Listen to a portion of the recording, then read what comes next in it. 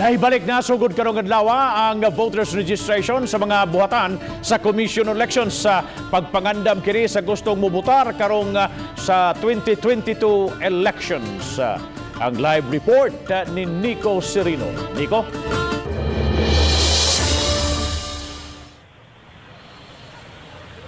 Yes, Bob, sama sa gilauman gidagsa kining unang adlaw sa resumption sa voters registration nga nahunong sukad ni atong buwan sa Marso nunot niining miigo nga pandemya.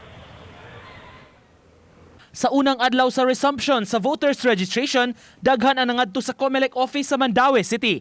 Si Evangeline usa kanila nga miasikaso sa pag-transfer sa iyang registration gikan sa Cebu City. Paghulagway niya, dali ra hinuon ang proseso ug gibati ra sab siya og kaluwas taliwa niining panahon sa pandemya. Safe raman kay dili raman sad mi magsikit-sikit.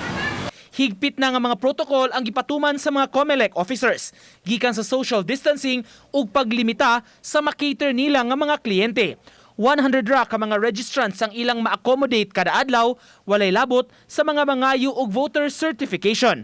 I-check gyapon nato ang record kay naamang goy uban mo claim sila nga new registrant. Nga pag interview nato mahibaw-an nato nga narehistro na day sa laing lugar. So ang ilahang purpose ra unta is transfer. Dili sila new. Aron dili mahinayak, mamahimong mubuk og appointment online pinaagi sa Facebook page sa COMELEC office. Maayo lang po nga wa gyud sila nagdungan pud og pangabot, no? At least manageable ra. So giawahag lang po namo ang mga katawhan nga kung magparehistro sila kanang mas maayo unta na ma-distribute mo na maayo gyud nga mag-online appointment. Martes hangtod Sabado ang schedule sa registration gikan alas 9 sa buntag hangtod sa alas 3 sa hapon.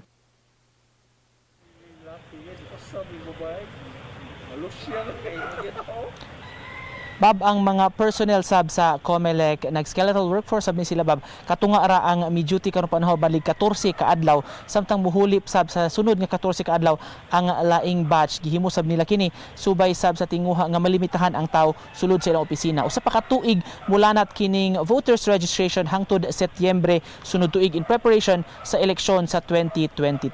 Bob? Thank you so much, Nico Serino, sa imong live report.